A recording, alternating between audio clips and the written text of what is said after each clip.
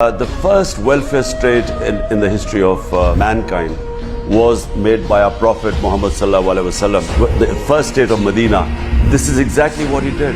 It was a state where he made it a welfare state. State took responsibility of the weaker section of the society, a humane state. And secondly, he established rule of law, meritocracy. This is what I want in Pakistan. My biggest struggle, right, has been these two families that have ruled Pakistan for 30 years, they refuse to come under the rule of law. They believe they are above law. These massive corruption cases against them.